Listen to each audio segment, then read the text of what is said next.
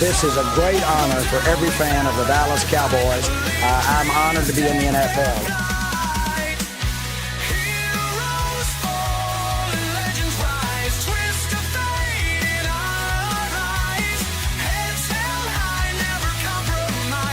What can I say? Mamba out.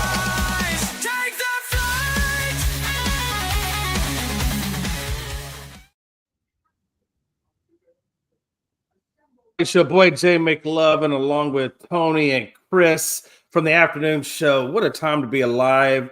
I hope everybody had a good Christmas. I'll just kind of tell you one little incident in my house. Tony's already been made aware of it. And this is just a fire pit safety story for those of you who may have fire pits and don't want to get third-degree burns. I suggest you listen because this can happen. I was out by the fire pit and I had my little cocktail of choice. And I had to go inside, so I put said cocktail on the ledge of my fire pit, went inside, came back, grabbed said tin, and as you all know, tin is a great conductor of heat, and now Jay has no fingerprints on the right hand. So I do have third-degree blisters, but I don't have fingerprints. What a time to be alive. I hope everybody had a good Christmas like I did. I had a pretty good Christmas. I'm all intact. I try to give myself a concussion, hit my head on a bending down. I was cooking, peeling potatoes, and I dropped some peeling on the floor and bent down and come right back up and caught the end of the counter. But knocked myself out, but I'm doing all right. That must have been really hard for you to hit that counter. I mean, you ain't but 4 foot with a countertop height, 36. Yeah, well, I went all the way down and right back up. It hurt. Well, I hope everybody had a good Christmas and having good holidays. We've got New Year's coming up and going to have some good football games on New Year's Day and even one on New Year's Eve night. We're going to have some good NFL this weekend, so some good storylines. So it should be a lot of fun. But let's talk about what happened this past weekend. Jay, let's go to you first. Let you talk about your Dallas Cowboys. Dallas won that game 30-23. Your thoughts on Dallas real quick, and then we'll go to Chris and talk about Indy and Jacksonville. Yeah, I mean, we got the win, obviously. I mean, the Commanders, they're a very, they're in a tough bind right now with that roster and things of that nature and injuries and whatnot. It's a divisional game. We got the win. It's always good to get a divisional win. But, this Cowboys team is 7-8-1. If we beat the Giants next week, which I think we would be able to beat the Giants, then we would finish the season at 8-8-1, which is exactly how we had left it with Green Bay. Just nothing but a damn tie. 500 ball. That's what the Cowboys are. Cowboys are 500 ball. They're no more. They're no less. That's what they are, 500. What I'd like to see from the Cowboys, I mean, we could break down the bullshit stuff. I really don't care because this game really is truthfully meaningless. The one thing that I will say about this game that I did want to talk about, which is to me the important, as a fan of the Cowboys and as an analyst of the Cowboys, I would like to see Jerry, in this last game. You can't do it now because the 17 is done and in the books. But what I'd like to see him do is in week 18, don't worry about putting your damn starters in. Put them third stringers or put them positional players that you're weakest at, and you got them guys sitting on the bench. I'd like to see them put them guys out there. And then what I'd like to see is the Cowboys identify what players are mid, what players are good, and then what players are garbage and need to be done away with. And then I'd like to see them come out with a strategy for the draft and free agency based on maybe what they saw in that last game and what they currently have on their roster that they don't typically get to watch.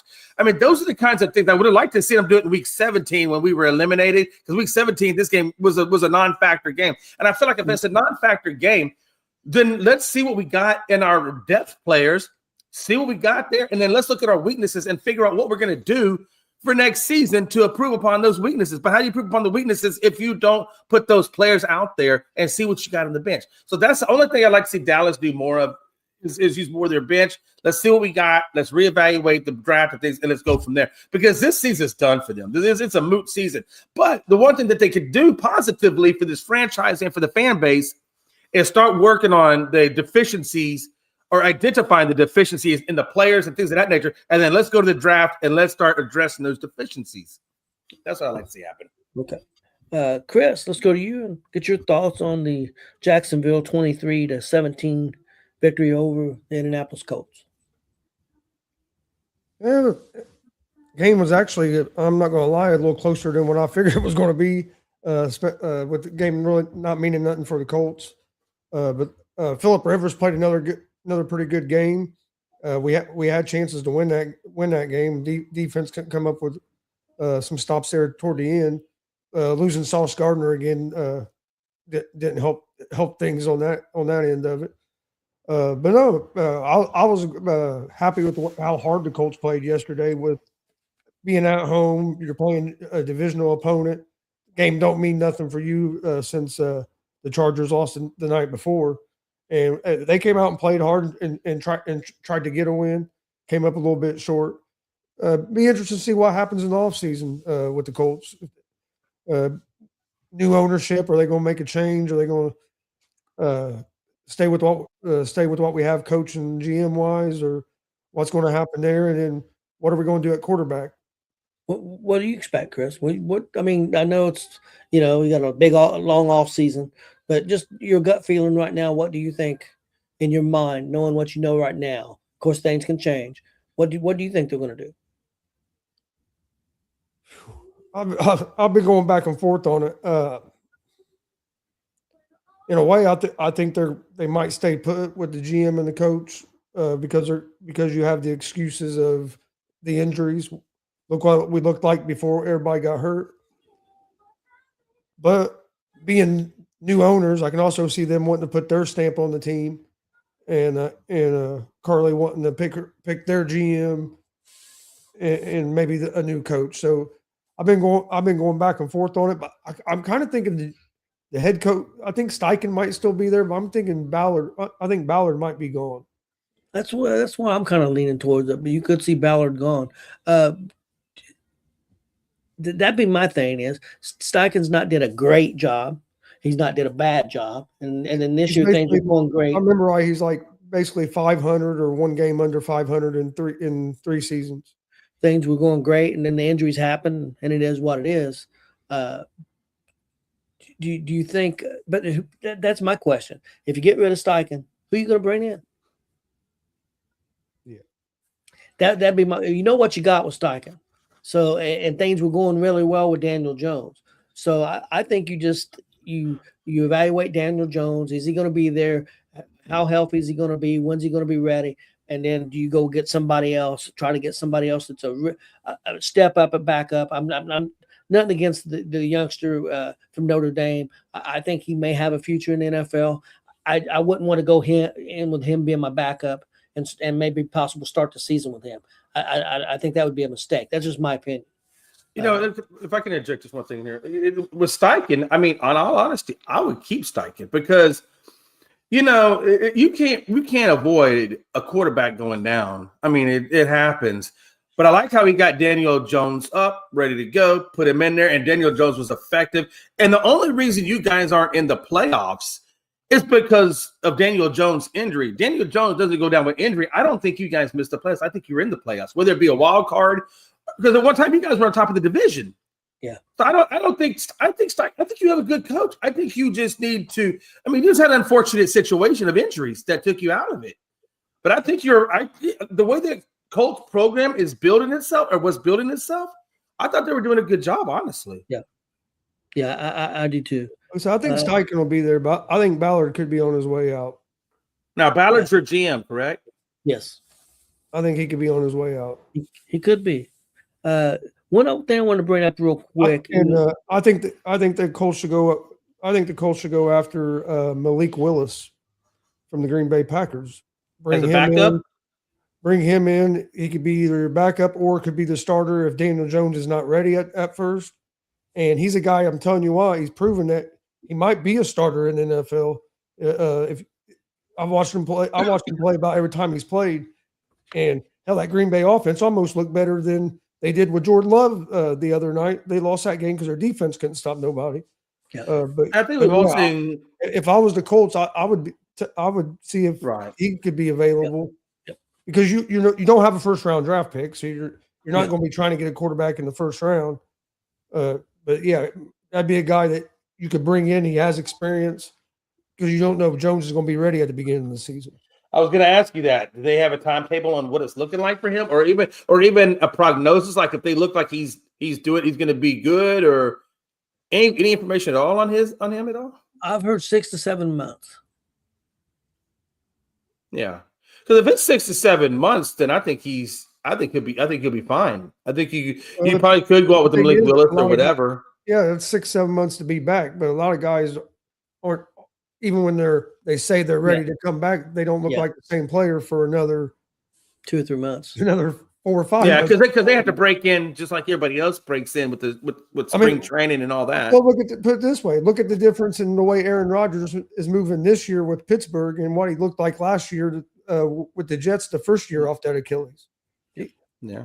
Toward the second half of last year, he was starting to move like he is now. But that first half of last year, he didn't have the mobility he might have had it, but he didn't have the trust.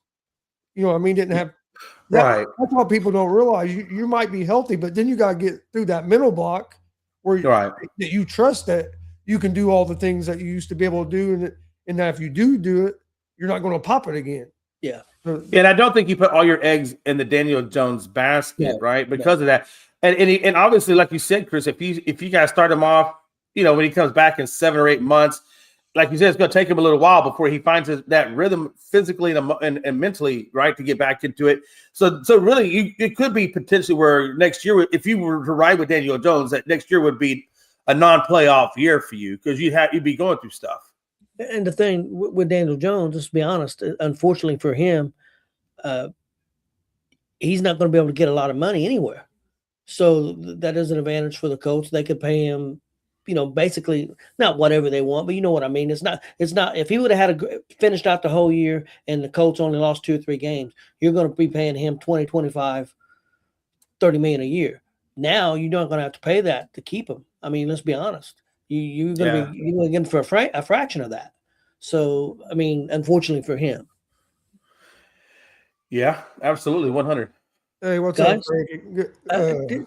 Good game this weekend. Your team kicked my ass. My team couldn't do shit this weekend. Yeah, my team.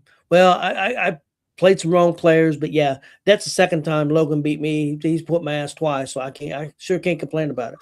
I knew I was in trouble when Gibbs didn't do nothing the other night. Yep. Frank, I got to tell you, just so you know, Frankie and Logan were in a chat over there doing Indian dances, man. Praising the Lord, saying, "Thank God." Well, guys, I did want to bring up the Raiders and the Giants. Not really break down the game. Giants won 34-10 over the Raiders. But I heard some Giants fan upset that they felt like they should have lost that game so they could have the number 1 pick. My thought is, I don't know. I mean, they're going to have the number 2 pick. So you guys, do you think they should have tanked it, tried to tank it and get the number 1 pick? Or, I mean, is there a big difference having that 1 or 2? I mean, there's a difference, of course. I mean, but is it really? I mean, the Giants don't need a quarterback.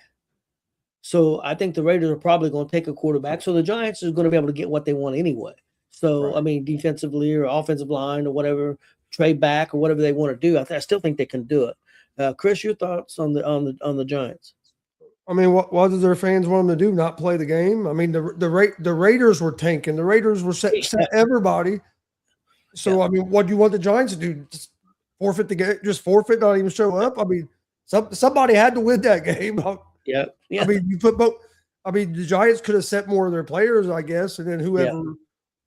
Maybe the Giants, I guess, tried too hard, but hell, the Raiders might have made Max Crosby want to leave because they made him sit out. Like he was mad. He was putting videos of playing basketball and jumping on a trampoline with his kid, showing that he wasn't really that hurt, that he should have been playing. Yeah, he got mad and left the facility on Friday or whenever they told him that he wasn't going to play.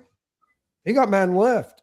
And then he started. And he says he loves the Raiders, though, Chris. He loves the Raiders, and he's happy with the organization. Yeah. But how much longer do you think Max Crosby is going to remain a Raider? I think a lot of it is going to depend on what next year looks like, what they do coaching wise, and they get the right coach. I hate to say this, they're going to draft Mendoza, and they're going to be looking for a coach for that team. And I know he don't have no damn experience, but what if the Raiders try to get Kurt Signetti? I was just thinking that. Hey, when you Bring before you him said in it, because they've seen what he's done with Mendoza, yeah. the development. A head coach or offensive coordinator? I either. Hell, the way that dude's built a program, I'd bring him in as the head Look, coach. I don't know if this his the style guy- would work in the NFL. I don't think his style would work in the NFL either. But I could see him. I could see somebody try. I could see like the Raiders trying to get him to be like the, if not him, the OC from Indiana, trying to get him, because it just makes it easier developing your quarterback because he already has that familiarity. Well, I mean, he's the one that took James Madison from FCS to FBS. Yeah. So you already know what he did on that level and how he took that program to the next level. Then he comes to Indiana, which virtually has no football program. And within 2 years, you guys are in the number 1 spot. I mean, I don't know. You know what? I might go the coordinator route with Signetti and ask him if he. And the reason why I say I think that way he can adjust his style of play to fit the NFL. And I think you give him a coordinator job for a year or two, and then I think then you look to promote him. He'll get promoted to the NFL head coaching rank if he does a good job at the coordinator. I think that's all up to him, really. But I think he'd be successful. He'd have to go through a learning curve, but I think he'd be fine. I think Mike McCarthy is going to end up with the Raiders. With the Raiders? I think that'd be a good pick. I think he's going to be their next head coach. I think that would be a stabilizing decision. I don't know if that's necessarily a playoff type coach. I don't know. I just a playoff type coach. He's a Super Bowl winning coach. Man, I know, but that was how long ago? And that was Aaron Rodgers. And neither one of them got a damn Super Bowl since then.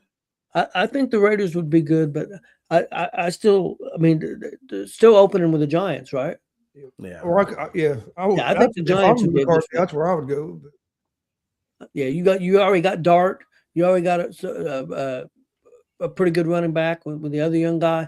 Yeah, I think the Giants, they've got some good young receivers. I think you could build up that offensive line, that defensive line.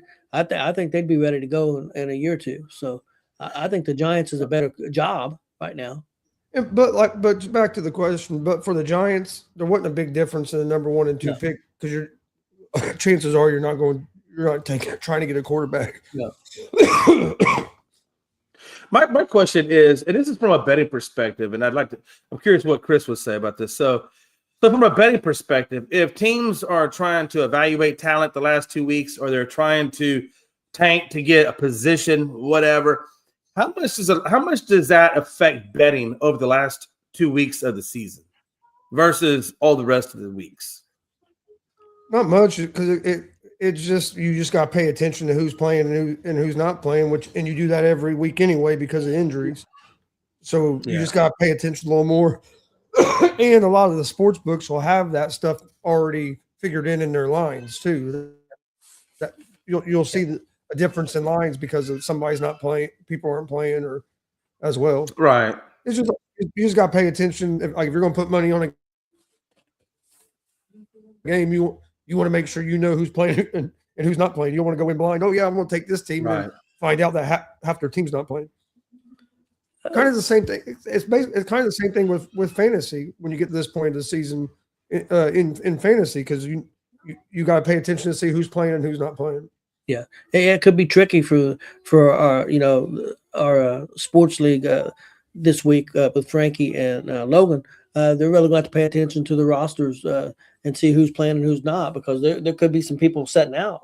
It just depends. It's a possibility. Well, next thing I wanted to bring up was the Cleveland Browns defeating Pittsburgh 13-6. The big thing that stood out to me was the lack of Pittsburgh not using the running backs like they had been using them. And then the other thing was they were 0 for 2 in the red zone, and they lost 13-6. There were some close calls. I know that a lot of people in Pittsburgh upset, thought they got a lot of no calls, that there should have been penalties, some pass interferences and stuff. That's going to happen. You always want the call if you don't get it. So that happens. Chris, Chris, your thoughts on the Cleveland Browns upsetting Pittsburgh a little bit? Well, first of all, I meant to say this earlier. You beat me by 1 freaking point last week to get in the championship game, and then you whipped Stevie's ass. It's not over yet. I know, but so far, right now you're beating him pretty good. I'm beating him pretty good, but remember he's got Puka, and Puka got 46 last week. Yeah, it could be close. I almost came back on you last week, so yep. And you had me by like 70 last week, and I almost came back. You come back and scored like 70 points, and I beat you about like less than a point. So Yeah, I'm not counting my chickens. I'm not counting my chickens yet. I'm waiting till the game is over tonight before I'm saying anything. Yeah, that Pittsburgh game is interesting. It was a low scoring 6-13. And I look at Aaron Rodgers, and no touchdowns, 168 with a 19.2 QBR. I mean, they really did implode, like you were saying, Tony. And I didn't think this type of game would. And I think it's like you said earlier, they were probably paying too much attention to Myles Garrett, and that took them out of their game plan. That's the only thing I could think of, because they ran the ball. You're right, 24 times, 131. But with a low scoring game like that, I would like to have seen more. Like you said, I'd like to see more, especially since you don't have DK there because of that. Why would they not give the ball more to the running back? Well, usually they pass more to the running backs, and they really didn't. Either way, right? They really didn't. And with the fact that Metcalf wasn't there, you'd have thought that would have been game plan more in there. I know I've seen some of the fans upset because they kept trying to throw to Miller, and I've seen some fans say Miller can't catch a damn ball. Why would you throw to him? But that was just some of the fans. That's some crazy Pittsburgh fans. And there's a lot of fumbles. Rodgers fumbled, Scantling fumbled, Jaylen Warren fumbled. They had 3 fumbles, and they got them all back. But the ball security was a little rough too, though, in that. Yeah. And I don't understand that. When you're a Steelers organization and you're literally fighting against Baltimore for that spot, I don't understand, like why they didn't come out with a little bit more aggressiveness. I mean, if you win, you're in. I mean, you know what I mean? Yeah. If you win this game, you're in. There's no this Baltimore game this week don't mean nothing if you win this game against Cleveland. And so if you're Lamar and the Ravens, what's going through your head right now?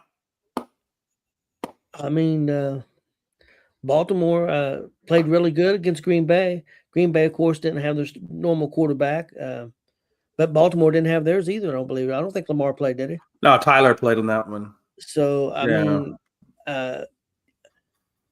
game's at Pittsburgh, I believe. So I don't know. I mean, out of the two teams, I would be more scared to play Baltimore if made the playoffs than I would Pittsburgh. But both of them have consistency problems. Chris, your thoughts on this Baltimore-Cleveland game, real quick. What game? Oh, excuse me, Pittsburgh-Cleveland. I said Baltimore. Excuse me, Pittsburgh-Cleveland. Yeah, it was what I figured it would be. When Pittsburgh and Cleveland play, it's usually a low-scoring, ugly game. Pittsburgh, you could tell they were missing their number one receiver. I think that really cost them a lot. I don't think it was anything to do with everybody. Pittsburgh wants to blame all. They were worried about Myles Garrett. They wasn't doing nothing any different, much different pass protection than they normally do.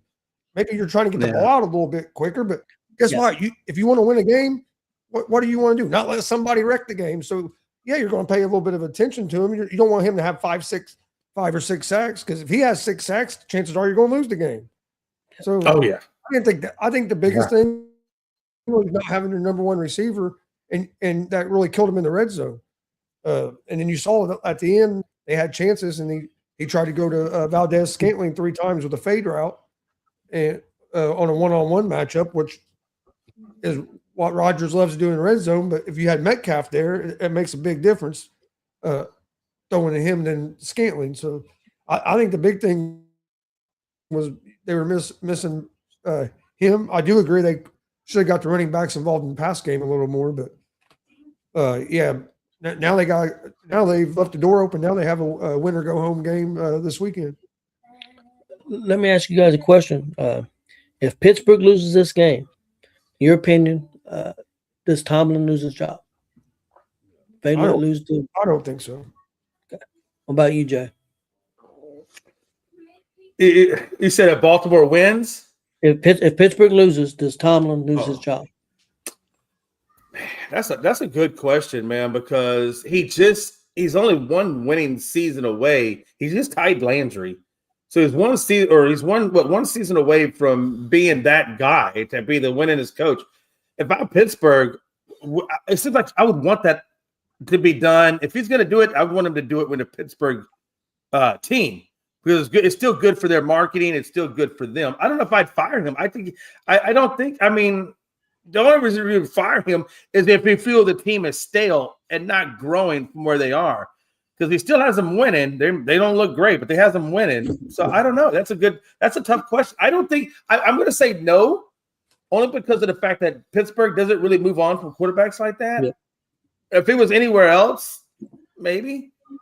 But I think he's still good in Pittsburgh. I don't think his job is in danger as of yet. I agree, but I do have a question. Since I don't assume Aaron Rodgers is going to be back next year, so they're going to need a quarterback. Could it be a situation they say, "Hey, now we're going to bring a new quarterback in. Hey, maybe we bring a new coach and we change things. We're winning games, but we're not going to the next level. Is it now the time to make that change? Let's bring a new coaching regime in and try to go to the next level with this new quarterback that we bring in." Do you think that could be a possibility, Chris? And I don't, just because that's not how the owners of the Steelers have ever operated. I mean, they've had three coaches in the whole existence of the franchise. Like that's and like reason they moved on from Bill Cowher was because Cowher retired. Yeah. Like they got rid of him to get Tomlin. So yeah, I think for them to really fire Tomlin, the wheels are going to have to really fall off, and I think they would have to have like a 3-15 season or something like that for them just to move off of them, or to have a couple losing seasons in a row. I mean, they're always right there. I know they haven't had the playoff success here lately, but they're always right there. Or if they're not in the playoffs, they're barely missing the playoffs. I mean, hell, he's having how many consecutive winning seasons now? So, like, grass isn't always greener on the other side. You get rid of him, who you going to get? Well, he won't be without a job for long. Jay, you got any more thoughts on that? My only thought is when these guys, when Baltimore does link up with Pittsburgh, and they're both going to be vying for a playoff berth out of that, and really the divisional lead on top of it, that game is going to be ugly. I just have a feeling it's going to be ugly. I don't know if I don't know if Lamar is going to be playing 100%. I don't know. And obviously DK won't be there. So I think more of the pressure. Now, TJ Watt wasn't in this game. I'm wondering if TJ will be available the last game of the season. I figure he will be if there's any way possible he can get on the field. Because they're going to need him to lead that defense big time.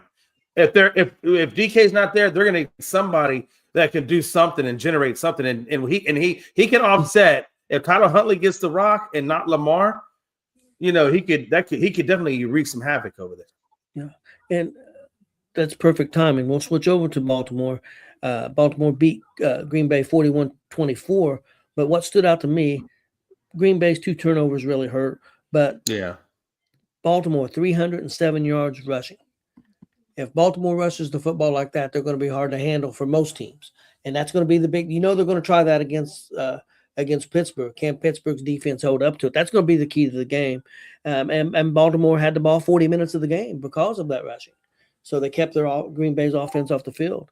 I mean, it's going to be interesting. Like I said, it's going to be an ugly game. Probably we might see some fist fights between them two teams. They don't like each other.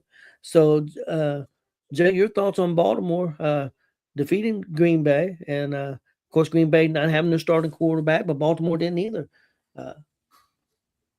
Yeah, here's my thing on that.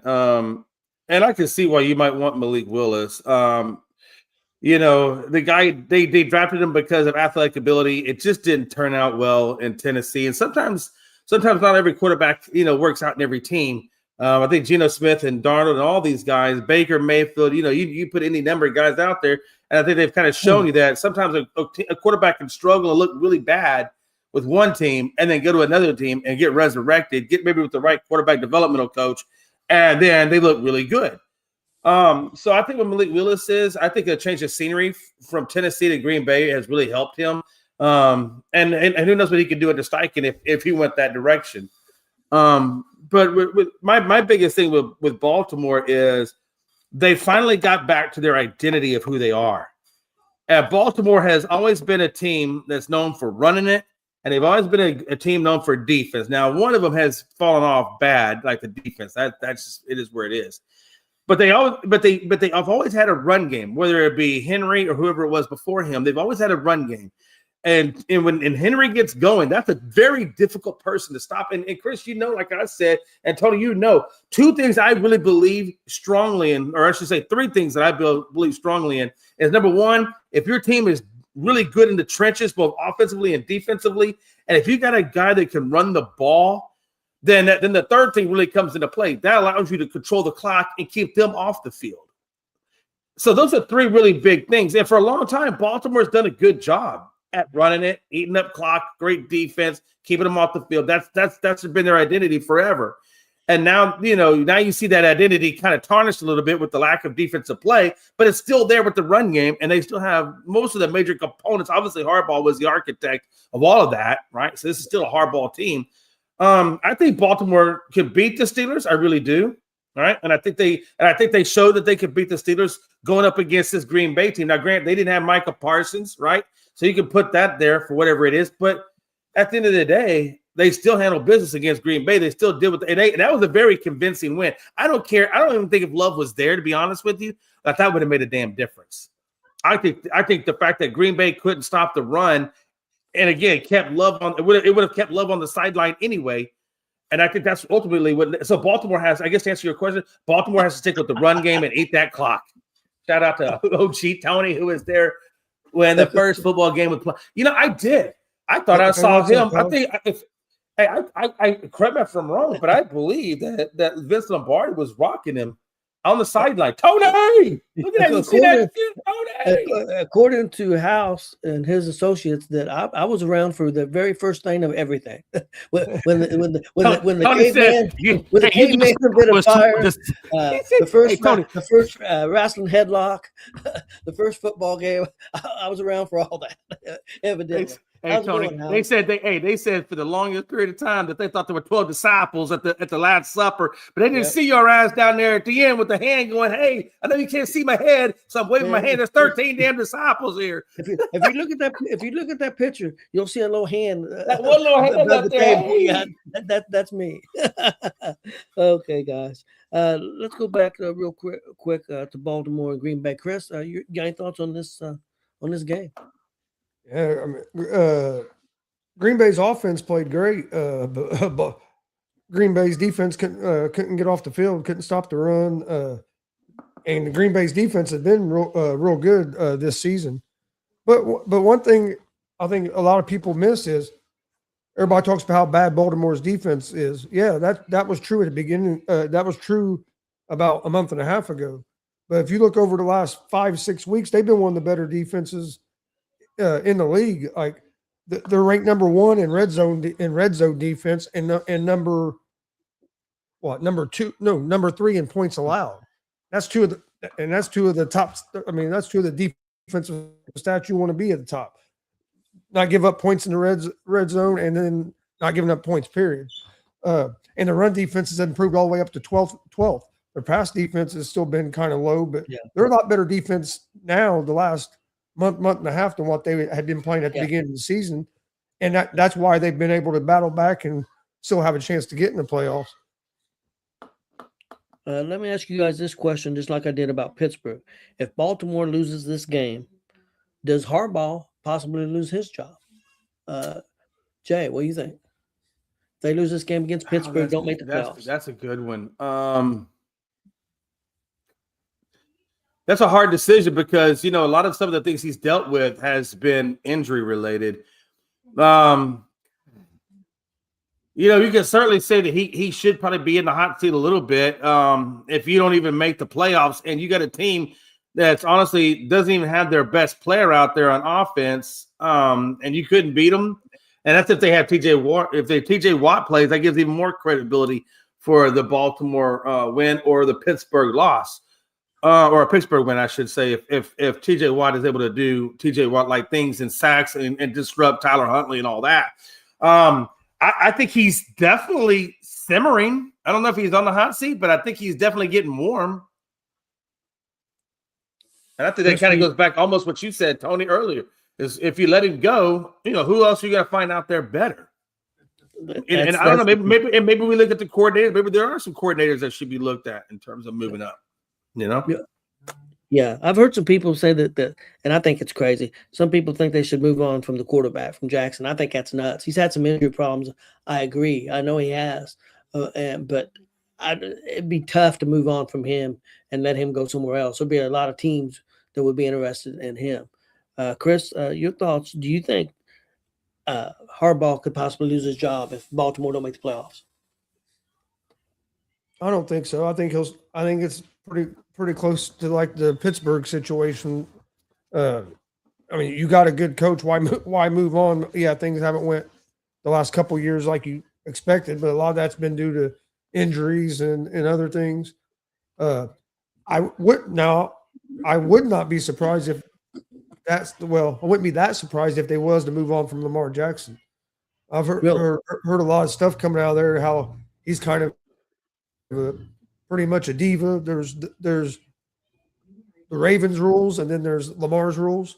Like that, Lamar can basically do whatever he wants, and if he don't get his way, he throws a fit. Like I guess there's, and some of the team has been starting to get tired of it, and that's been like I guess having like a battle inside. So I wouldn't be completely surprised if maybe they looked at if anybody would be interested. But hell, a couple years ago when he could have been available, it wasn't like a lot of teams were interested because of the amount of money it's going to take. So yeah, that's true. So I don't know how big a market there would be for him, especially with some of the injuries he had. And then if you're getting labeled as a guy with a bad attitude and stuff like that, that's going to maybe push a few teams away as well. Okay, guys. Next game, I wanted to go over a couple games. I wanted to go over real quick, and then I want to talk about Philadelphia game and San Francisco's game too. Real quick, Miami, Tampa Bay. Tampa Bay crapped the bed. Only 53 yards rushing, 3 turnovers. Miami beats them 20-17. Miami had 145 yards rushing. Chris, what the hell happened to Tampa Bay? I think Baker is playing hurt, a little hurt. And I think they need a new coach. And nothing against Todd Bowles. I think he's a hell of a defensive coordinator. I don't think he's a head coach. Let's see. Correct me if I'm wrong, but he was at the Jets as a head coach at one time, right? That didn't go good. Yep.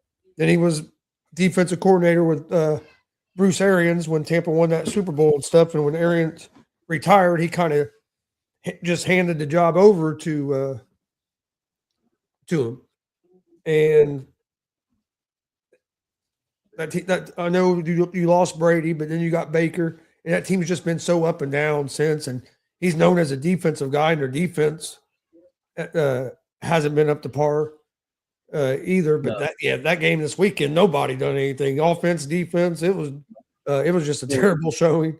Yeah, but yeah, I think he's a guy that could be on the hot seat for that job at Tampa. Yeah, I agree with you. And we talked about Baltimore and Pittsburgh's head coaches.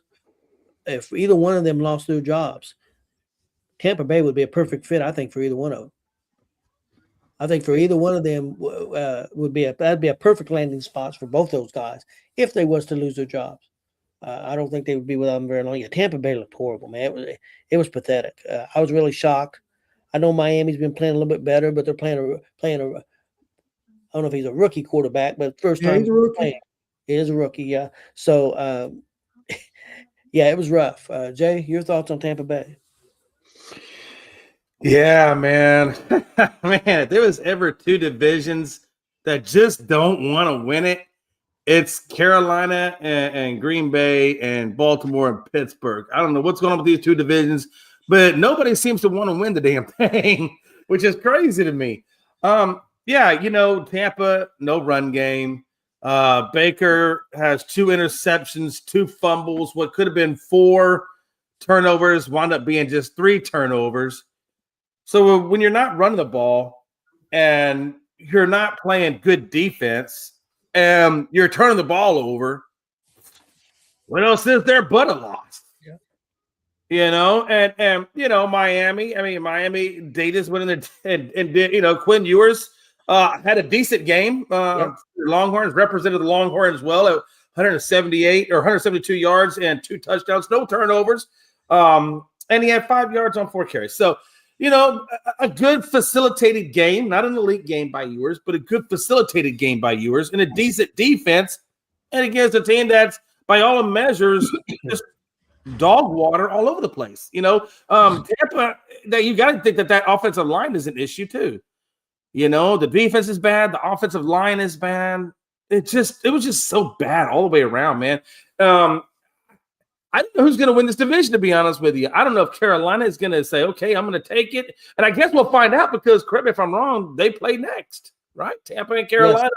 So you got to say, interesting. Don't you find it interesting that the 2 divisions that aren't decided, both of those teams that are fighting for the number 1 spot are going to be playing each other to round out each division's series season.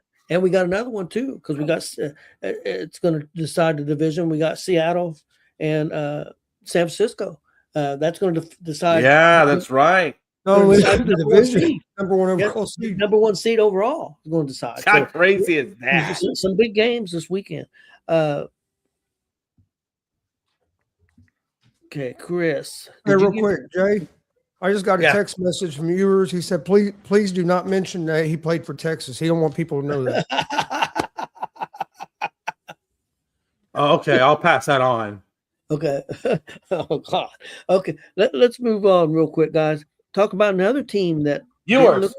Yeah.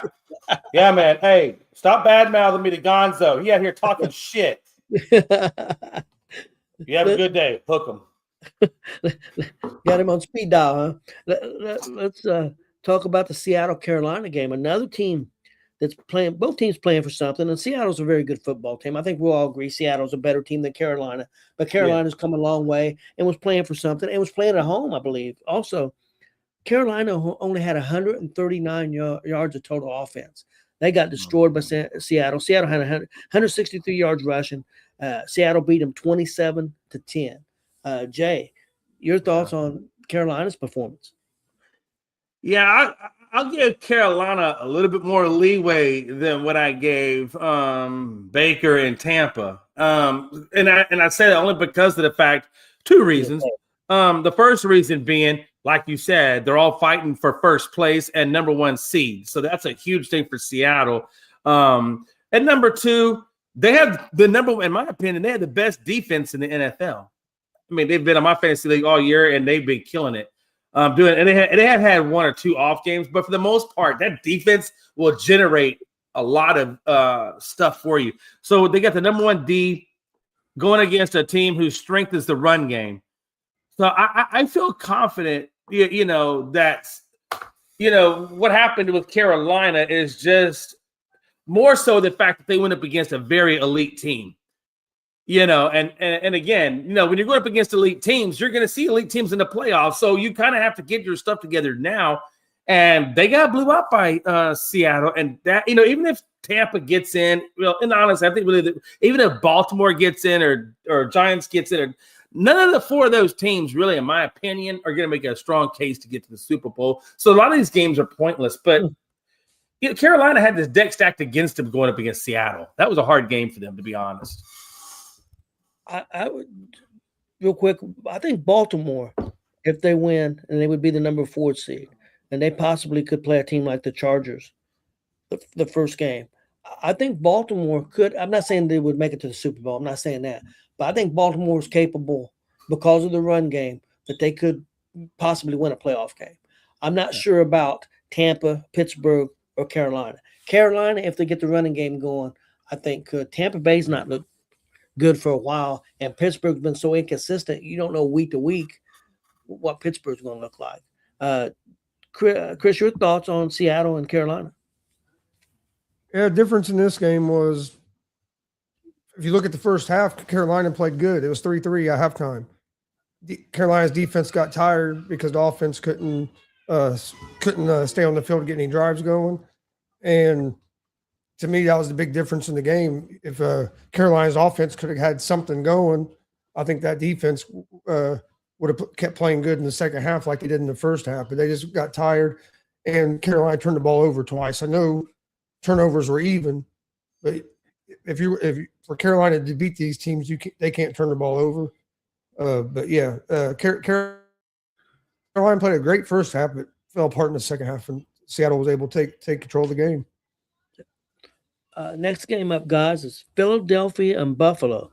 This was a pretty exciting game, a low-scoring game.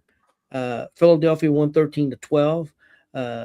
Buffalo had a chance to win the game. Went for a 2-point conversion. Did not get it. There's been some people arguing about that. Should they have went for the 2 points? Should they kick the extra point, try to go to overtime? That kicker had missed the extra point earlier. Philadelphia only had 190 yards total offense. Most of that was in the first half because Buffalo's defense really stepped up in the second half. Buffalo was only 2 for 3 in the red zone, and that missed extra point was huge. Chris, your thoughts on this Philadelphia-Buffalo game? Yeah, Buffalo's offense struggled to do anything there till toward the end, got the touchdown, and then Carter blocks the extra point, which was big. And then Buffalo gets another touchdown, but then now they have to decide you want to go for the tie or the win. I didn't have a problem with them going for the win. You have Josh Allen, who was banged up. You could tell his foot was really bothering him. That foot was. He really didn't even want to hardly move around on it, and you could tell he was having some trouble planting on it when he was throwing the ball. And I really think that's why he missed that throw at the end of the game. That's a throw he makes 9 out of 10 times. The guy was open, and he just yanked the throw. Yep. And I think some of that was due to not trusting his foot. And I think that played a little bit into going for it for 2 there too, instead of trying to go kick the extra point going to overtime, knowing your quarterback's banged up, hurt. You really want to try to play a whole nother drive. We have momentum. We've scored twice in a row. Let's try to end it here. And hey, the guy was open. He just missed the throw. But yeah, it was for a low scoring game. It was one of them games that was a low scoring game, but it was fun to watch. It's physical, that's for sure. Jay, your thoughts? Yeah. Number one, Philadelphia really has to get that offense together. That offense for Philadelphia has just not – their defense is doing good, but that offense has just really been their Achilles heel. Hurts only gave you 110 yards and a touch. I mean, that's so anemic. Barkley, only runs 68 yards on 19 carries. Again, that's very, very anemic. And this is what's weird to me because Buffalo has not the best defense in the world. I mean, if you ask me where the number one weakness of the Buffalo is, I'm gonna tell you it's the damn defense. But yet the defense stepped up and they did a good job on Philadelphia. It's just like you said, Josh Allen with the fumbles and Josh Allen, I thought he did good at 262. He didn't turn the ball over with the exception of the fumbles. Cook had a pedestrian game running it, but he had a great game receiving, say like 175 total yards from scrimmage. So I thought, and again, Josh Allen even gave you 2 touchdowns on the ground. So, I mean, even though Josh Allen was hurt, he was still productive.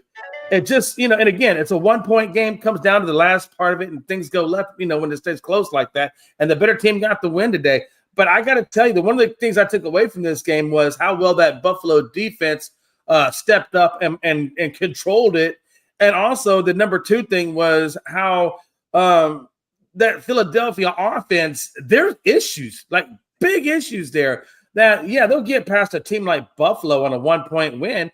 But when it comes playoff time, I know everybody switches gears when it comes playoff time. I get that.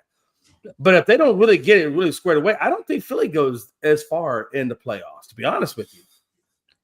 Yeah, because I kind of agree with you, Jay, on Philly is because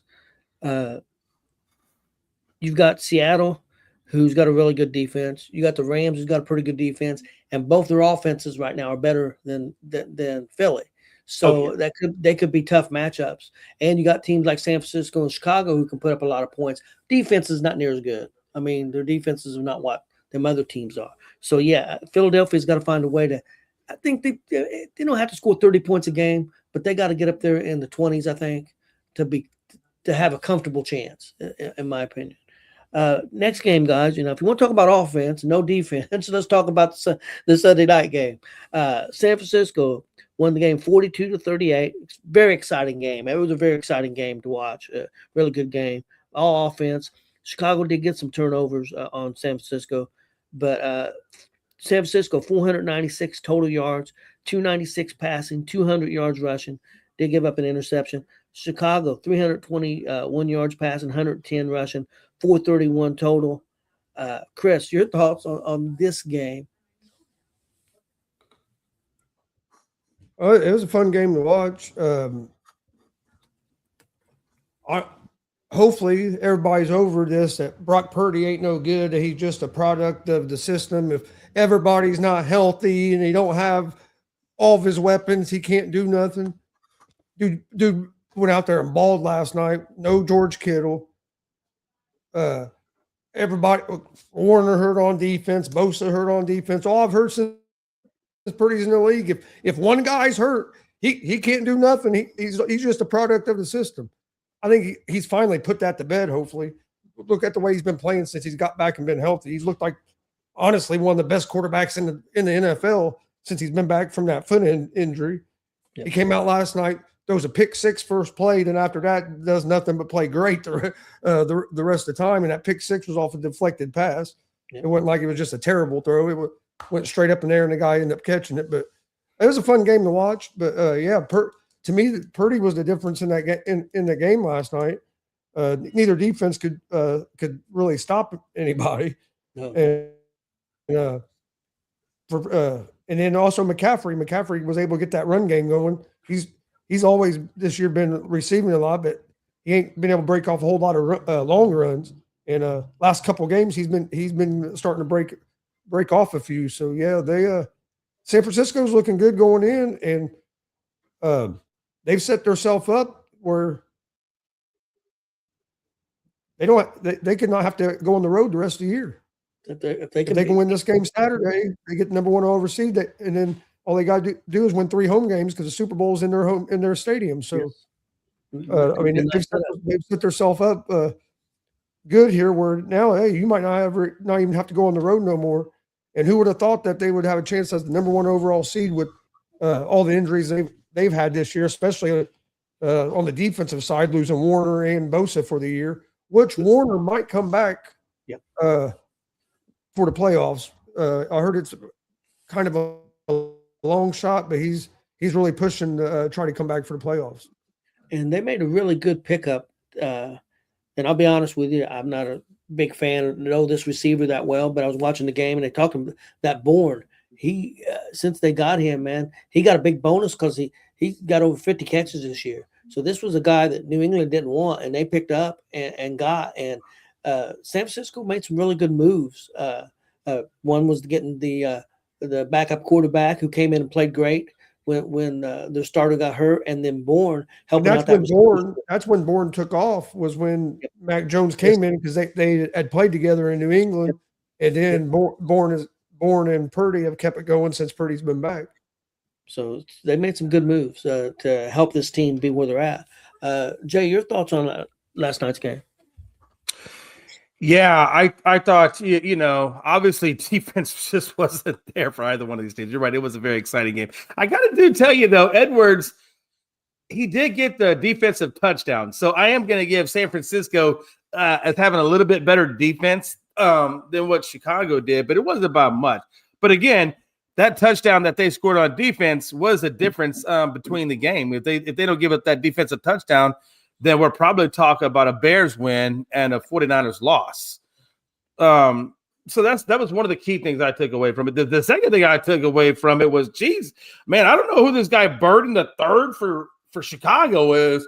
Rookie. Was that what it? Because man, he had a monster game. And so did Loveland. Loveland, their other tight end, had 94 and a touch. I mean, so they got some really good production from the receivers and stuff like that. It's just Caleb. I think Caleb. It was a slugfest for Caleb. I'm gonna give him mad props. For the fact that he had 2 touchdowns and no interceptions at 330 yards. So I felt like Caleb did his job. I thought he did a great job. I felt like running the ball between Swift and Monange, they only had 110, and Caleb Williams had 110. I don't understand that. If you had a game that is basically this close, why would you only run it 22 times and your starter gets 9 carries, Monange gets 8, and then Williams gets 5? I just don't understand why you're not running the ball more to chew up some of that clock. That's the only thing that kind of offsets me a little bit. Chicago likes that, throwing the ball long. Williams is pretty good at it, and the receivers are pretty good at it. So I think they get caught up in that sometimes, maybe. Right. But it would help your defense, who's not very good, if you ate some time off the clock. I agree with you there, Jay. It would help your defense. Both defenses not great. Chicago's good at getting turnovers. They have been all year. That's really helped them win a lot of games. Their defense gets a lot of turnovers, but they can struggle as far as giving up yardage and stuff and points. Question for both of you here. Let's go San Francisco first. Offense looks fantastic. If they get home field all the way through, it could make a difference. Does San Francisco have a good enough defense to win it all? Chris?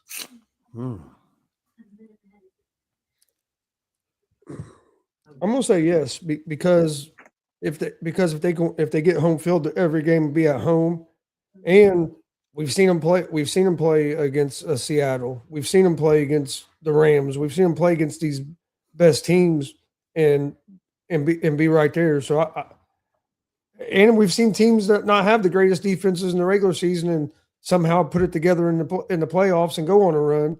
I mean, perfect example: 06 Colts. We were terrible on defense during the regular season, and then we went on a playoff run and our defense had one of the highest rankings during the playoffs.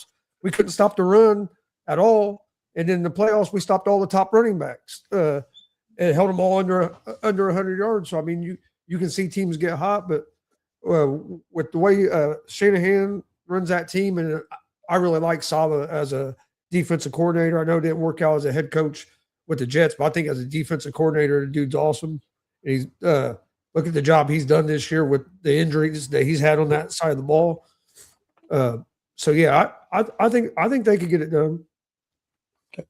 What about you, Jay? What do you think? Yeah, man, with San Francisco, what are we talking about here? We're talking about going up against LA and Seattle. I mean, both of these teams have good defenses. Seattle has, in my opinion, the best defense in the league. They both have good quarterbacks. We all know that. They both have good receivers and running backs. I mean, but defensively, they didn't do good against, a team like Chicago that's a little bit more on the conservative side, not on the flashy side in terms of throwing it and things like that. So I am a little worried for San Francisco. In this, defensively, I think out of the 3 teams, I think San Francisco is probably a number 3. I think Seattle's probably 1. I think the Rams are 2.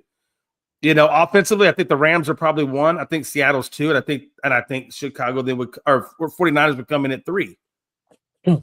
So I mean, I think it's going to be a tough hell battle. I don't think anybody's a clear cut. But I think I'm gonna go with San Francisco struggling a little bit more than the other 2, just because I don't think they are quite at the level defensively that the other 2 are at. And these are all very well balanced teams. I mean, they both got great offenses, both got good special teams, both have good defenses. So now you got to say if your defense is number 3 out of the other 2, and we know defense a lot of times builds championships, that could be an issue. Okay. My only thing is 49ers played Seattle earlier in the year, held them to 13 points. Right, and they're gonna have to do that again. Okay. I don't know that they can, but if they can, then it's great. And the 49ers have a win over the Rams this year. And I think the Rams is the best team in the NFC. That's what I'm saying. Like, they're in that same division with them guys. You're only saying the Rams because I took Seattle. If I would have said the Rams, had nothing to do I with know. That's my point. If this would have been game one, preseason one, before we start, and I would have said, "Hey, I was going to go all the way," you would have said Rams. I know you. Yeah. No, but if I would have said Rams, though, you would have gone Seattle. Goofy ass things.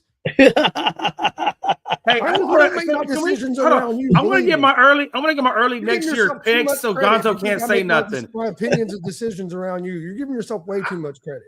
I do give myself a lot of credit, and my wife says the same thing to me. So you're not the only one to say that. But I'm going to say this. I'm going to be on record right now. I'm going to force your hand on this one, and I'm going to pick the Rams to go all the year. Now let's see what Gonzo picks. He's talking about next year. What? He's picking the Rams to win it all next year, I think. I said I'm getting early for next year. I can't pick a team for next year yet. I know. I just want to take the Rams off of your list, so that way it's one less team you can choose from. My thing is, we're saying that the 49ers are so much worse than the Rams and the Seahawks, but they have a win over the Seahawks and they have a win over the Rams this season, and they're in the same division. And if they beat the Seahawks, they're going to be the number one overall seed and win the division over them two teams. Yeah. You know what I feel like though, and Tony, you've been around for a hot minute. And Gonzo, not that you haven't been, you've been around a hot minute too. But Tony, you're the oldest person on this damn panel. So I'm gonna say you've been around a hot minute. How many times have you ever seen when things stack up too nicely that it just never goes that direction? And when things don't always stack up nice, then they tend to go that way. Well, see, I don't think things really stacked up for San Francisco nicely because everything's went against them. I mean, Achuk never came back. They've had all kinds of injuries, and didn't have their starting. They lost their starting quarterback. I mean, we look what the Colts did. The Colts fell completely apart with just the injuries they had, but look what San Francisco's did with their injuries. So I mean, I think things went really well. It could be a magical season for them. Who knows? I mean, maybe it is. Every time I've ever seen where so if they get this win. And those teams get those losses, then it pushes them to the number one seed, and then they get home. That's what I'm saying. So what I'm saying is, so if 49ers get home field, then that lines them up to have the Super Bowl in their backyard. I just feel like when things line up too nice like that, it just never works out like that. And that's just me being superstitious. I don't know. It's a lot of pressure could be on them, but I mean, I don't think San Francisco has to hold teams to 13 points, the way their offense is playing. I think if they can hold teams to 21, 24 points, I think they're going to put up points. So I know they held Seattle to 13. I don't expect them to hold Seattle to 13 again. But if they can hold them to 20, to 16, if they can hold them to 21, they're going to have a chance. Now, my next question is, guys, Chicago. See what Chicago's offenses look like. Can Chicago's defense step up? I mean, they're not going to be the number one seed, but they're going to be in there 2, 3, whatever they end up. I think 2 or 3. I think they still got a shot for 2. More likely 3 seed. Chris, do you think Chicago? They've been a team that's everything's kind of went their way. They've won some games. Could it be the magical season for them? Could their defense step up? I'm going to say yes because of all the turnovers that their defense has been able to create this year. And they've been at the beginning of the year, I thought, that's going to run out, but they've been doing it all year long, coming up with the big turnovers and the way their offense can score. It's another thing where when you have an offense like the Bears or even like the 49ers, just like what you said about the 49ers, the Bears aren't going to have to hold teams to 13 points to win games. If the Bears can hold a team to 20, 21 points, 23 points, they're going to have a good chance of winning a lot of games because their offense is going to score close to 25, 30 points a game. So I think as long as their defense can hold teams in the 20s, they're going to have chances. They're going to be in a lot of games, and we've seen that they've been able to find ways to pull out close games. Yeah. Jay, your thoughts? Yeah, so this is a defense that's had 32 sacks on the season, 22 interceptions. and they played some really good competition. The two losses, obviously Minnesota, Detroit.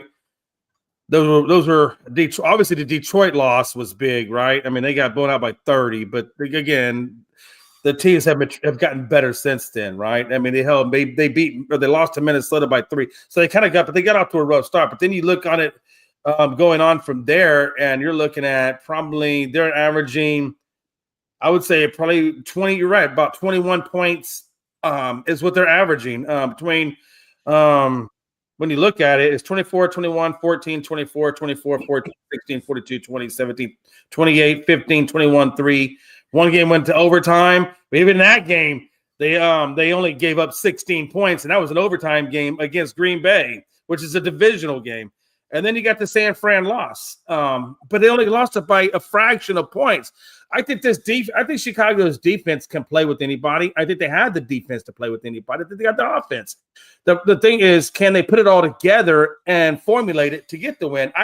With Chicago, this is Ben Johnson's first year there. And he's incredibly turned his franchise from zero to a freaking hero overnight. So I don't like teams that are transformative this fast to win the Super Bowl the same year they do it. I think the Bengals were another team that kind of got on that run, got to the Super Bowl, and then haven't looked the same since.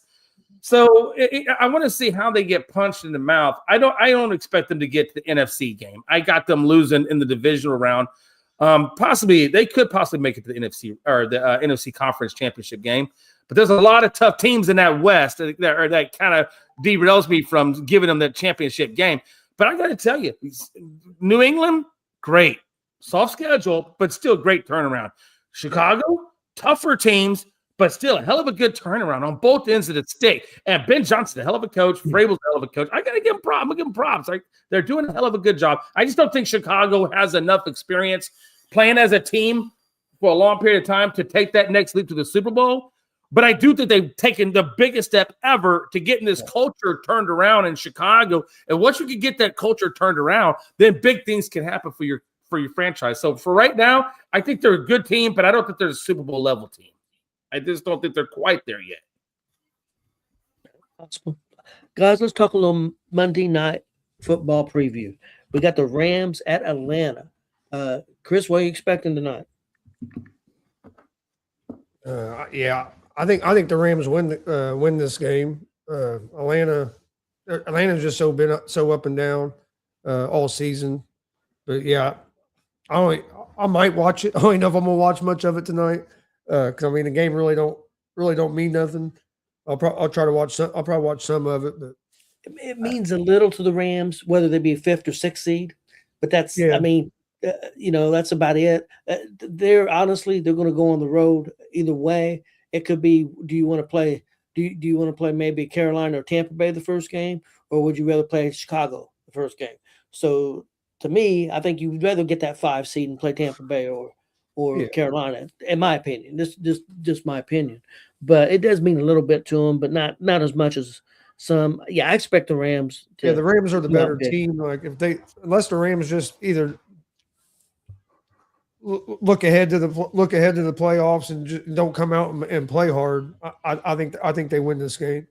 It is in Atlanta, and Atlanta don't have nothing to lose. I mean, they're going to play loose. I mean, this is kind of, hey, let's go out there and beat the Rams. Let's be spoilers. So it could be that happens sometimes. Jay, your thoughts? Yeah, I feel like, the only ones really have something to play for right now in this division is San Francisco and Seattle because they're vying for that number 1 seed. The Rams, they don't have a shot at the number 1 seed, so they're going to play a first-round game no matter what. Yes. So now it comes to the matter of, and now I'm going to fantasy mode in that perspective. How do you go about this game? Because if I'm the Rams, and I know I've got a playoff spot locked up, and I know I can't get the number 1 spot. Then, like Chris said, this game really doesn't mean a lot for them. They're just going to play it and then go into the week 1 divisional round, and let's see what happens. So if I'm Sean McVay, I probably am going to rest Stafford, or maybe I play Stafford a quarter or two just to keep him in it. But I don't think I give him the whole game. He's going to play Stafford the whole game unless they start blowing him out because of what Dad just said. They'd rather be the 5 seed than the 6 seed. If you're the 5 seed, you're going to play the winner of Tampa Bay and Carolina. If you're the 6 seed, you're going to play the Bears. Who would you rather play? Yeah, well, that's playoffs? true. That's They true. still got a little bit. And the thing is, if they win this game, That's the one thing they have to play for. So I don't see them setting people out unless they get. No. Now, if they was to score 21 points in like the first half or first quarter and they're up real big, then I see them. Okay, let's yank Stafford. But I think as long as it's a close game, they're going to play to try to win. The only reason I was saying that, and what you're saying is valid, 100%. I do agree with everything you said. The only reason I was saying what I was saying was I felt like, I can try to get this number 5 seed, and you're right, have a better team to go up against or a better matchup to go up against to get to the next level. You're right, 100%. But then I also played Murphy's Law, and I'm like, if the more I put my quarterback out there, there's more opportunities for him to get a Daniel Jones ACL tear, God knows, whatever. And then it doesn't really matter what seed I got because my quarterback's down or my number 1 wide receiver's down or I don't know, whoever gets freakily hurt, right? That's the catalyst of your team. That's the only reason I'm just saying it's more about Murphy's Law and going into it with a fully healthy team. But I understand what you're saying, Gonzo. If you're going up against a Carolina Tampa team, then you're going to have the better chance of getting the win. So I understand what you're saying. Yeah, I think the game you might see them set players if they win tonight. I think you might see them set players next week when they play Arizona. I think next week would be more where they would set players because it's a possibility they could clinch 5 seed tonight. So if they get that 5th seed clinch, then that next game next week would mean nothing, and then you could just set, hey, we're starting our backup quarterback. Adams ain't coming back. We're setting Puka. Yeah, Huh? Joe, but you gotta. I don't know where Joe was coming with that one because there's.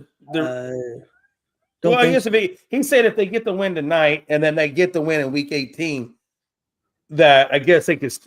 I think he's saying they could still miss the playoffs if Atlanta wins their last 2. I guess outright. What I seen was what I seen on TV last night. The winner of Tampa Bay and Carolina go to the playoffs. Yeah, and the other team's eliminated because neither one of them get the wild card. That's the way I seen it. Now I'm not saying I'm 100% right. I do think I'm about 99% right, but I'm not going to say 100%. But I'm pretty positive that the winner of the Carolina Tampa Bay game moves on. And I just don't think does it. No, wait, hold on. He said if Tampa Bay wins Sunday, they can still miss the playoffs if Atlanta wins tonight and next week again. I don't care what Carolina takes the division. Yeah, but I don't think they're going to take the division because I think when we just talked about the Carolina team, we talked about them going up against Seattle. Not that they can't beat Seattle, but that's a tall ass order. Well, I don't know. Carolina plays Tampa this weekend. Yeah, I don't know about Seattle. No, Yeah. I'm sorry. My brain was still stuck in this week. I apologize. Yeah. You're 100% correct. See, I don't know what he's saying. Joe, I don't understand what he's saying. Joe, explain yourself because there's only one. I game apologize. left. Damn, Joe, you done got me discombobulated over here. And I'm not sure if it's right or not, but I think what he's trying to say is if Tampa beats Carolina on Sunday, if Atlanta wins tonight and Tampa beats Carolina on Sunday, but then Atlanta wins next week and Carolina wins next week, Carolina could still win the division. I don't think that's right. I haven't looked. There's only one game left next week.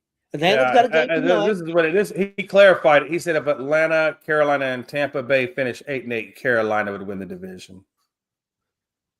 Well, Atlanta. Let's just be honest. Atlanta's already eliminated. It really only comes. Atlanta's eliminated. So that wouldn't be right because I'm pretty sure if you're 8-8, the tiebreaker would come down to the last time you played each other, and Tampa would have just beat Carolina. So I think they would have the tiebreaker.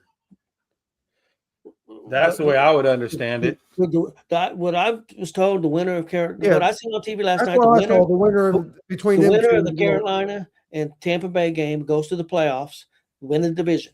The winner of that game wins the division. The other team's going to be eliminated because whoever wins that game is going to, if it happens like Joe's saying, whoever wins the game this weekend would have the tiebreaker because they won the last head-to-head matchup.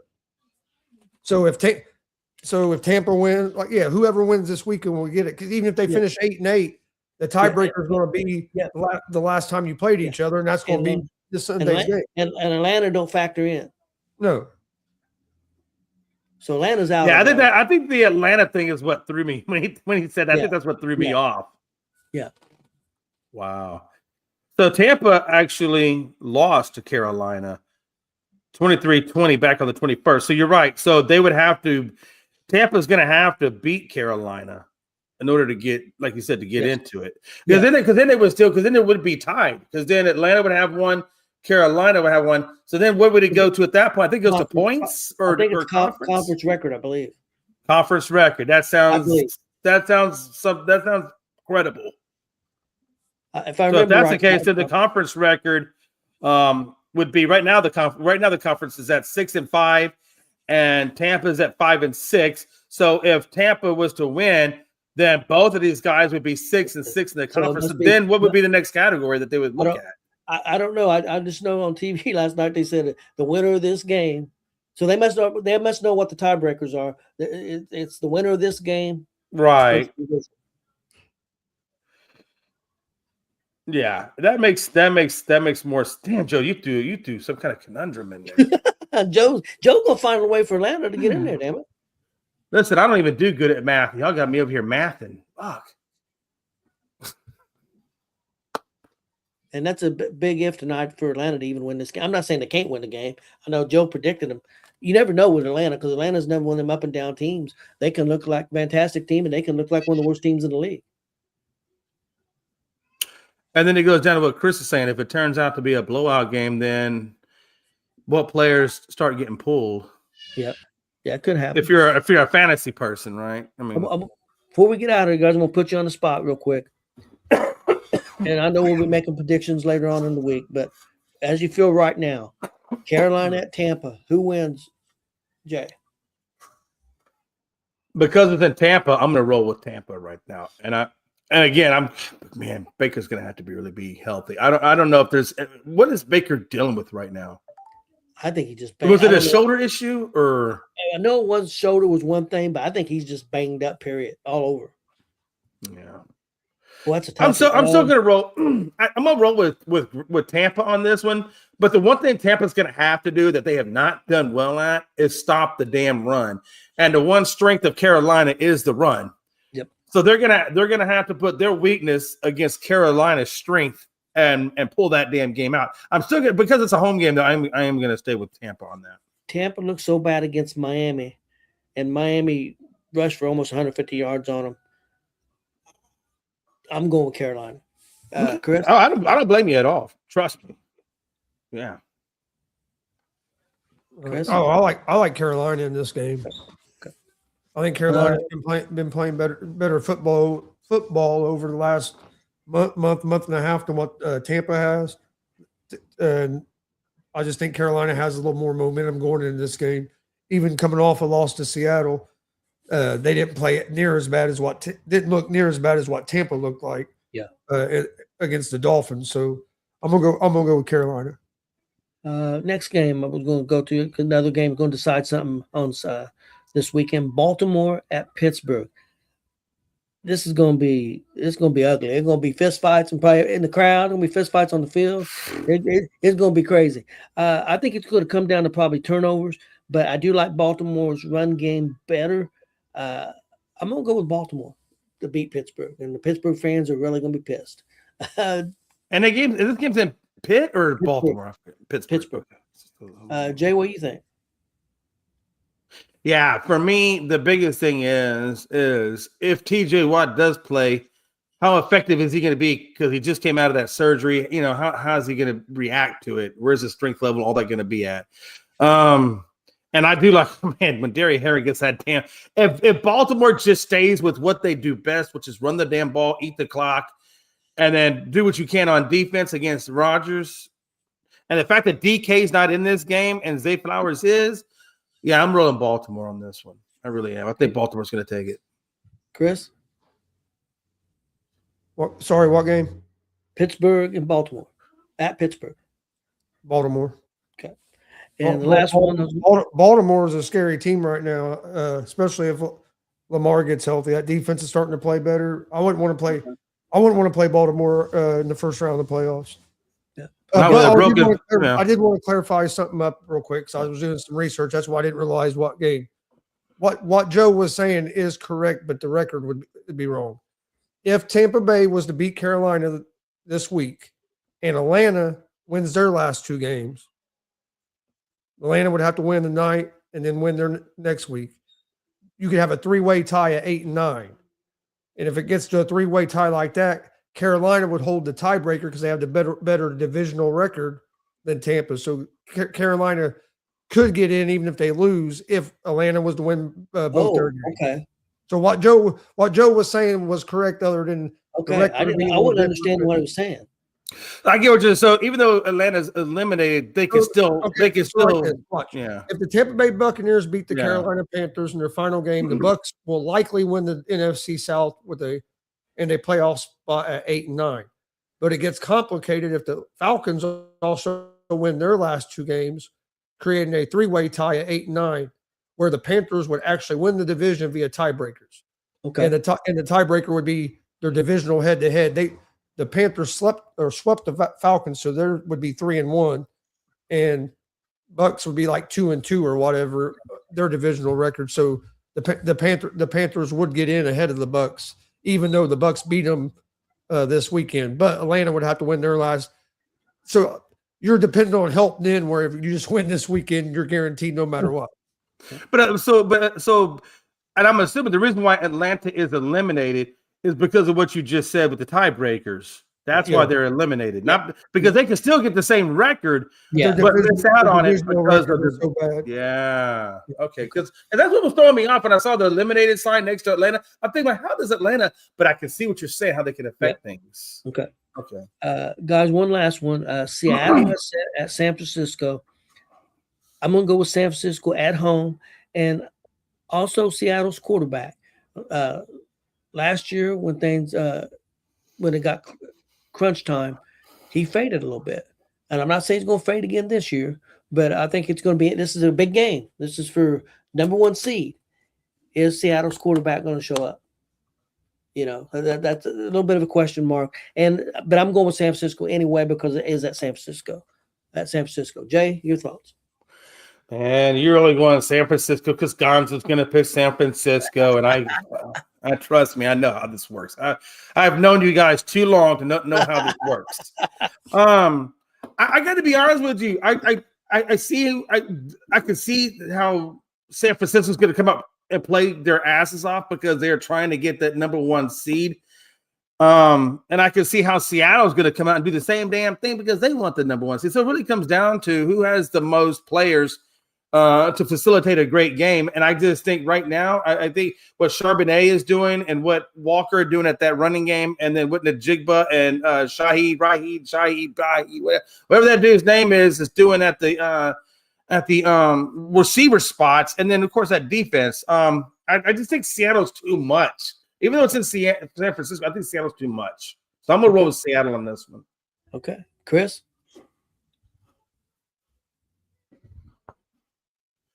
Chris said, "Hell with it." He mailed it in. I like the 49ers in this game. They've been the hotter team coming into this game. They're on a 5-game winning streak. Like that. I think might be 6 now after the last game against the Bears. Either 5 or 6 game winning streak. And if you watch Seattle over the last few weeks, they've kind of been up and down a little bit. Like their offense only scored 16 points against the Colts team that San Francisco scored 40-something points on us. So I mean, like, we've seen them up and down a little bit, and I'm kind of feel like you. It's the same thing. I trust Brock Purdy more than I do Darnold right now because I've seen Purdy in those situations have some success. Darnold, I've seen him be up and down in big games and in big moments, especially last season. So I'm leaning toward the 49ers, but I think it's going to be a real good game and a fun game to watch. Well, That's what Tony, look at me. Tony, look in the face. You heard what Gonzo just said. Yep. Shocker. One point about San Francisco. I just want to say, I said, man, watch know. you two. Y'all, hey, look, you know your father's son because y'all think alike. Well, this is how good San Francisco's offense has been. Yeah. Last night was December 28th. Yeah. Last night was the first time San Francisco had punted in the month of December. They played last night in that game Really? was their first punt in the month of December. They went 4 or 5 games without punting the ball. That's how good That's their offense has been. nuts.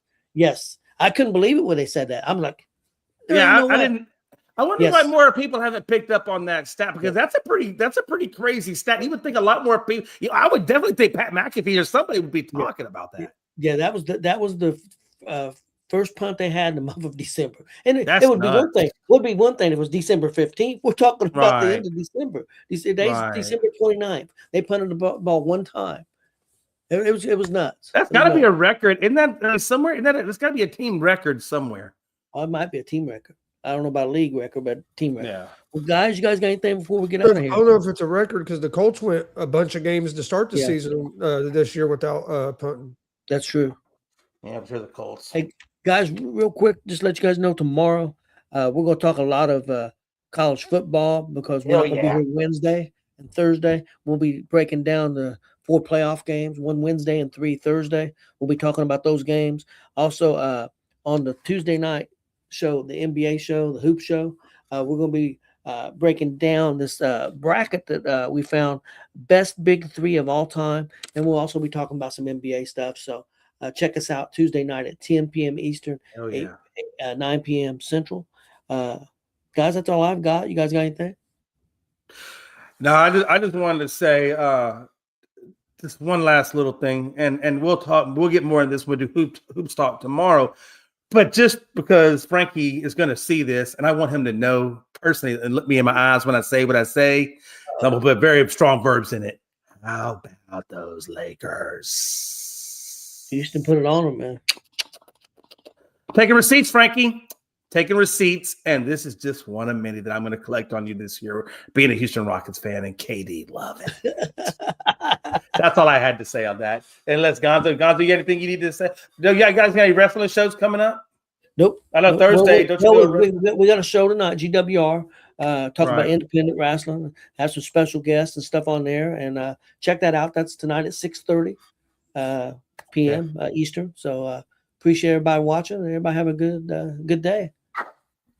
It's your boy Jay saying, "How about those Lakers?"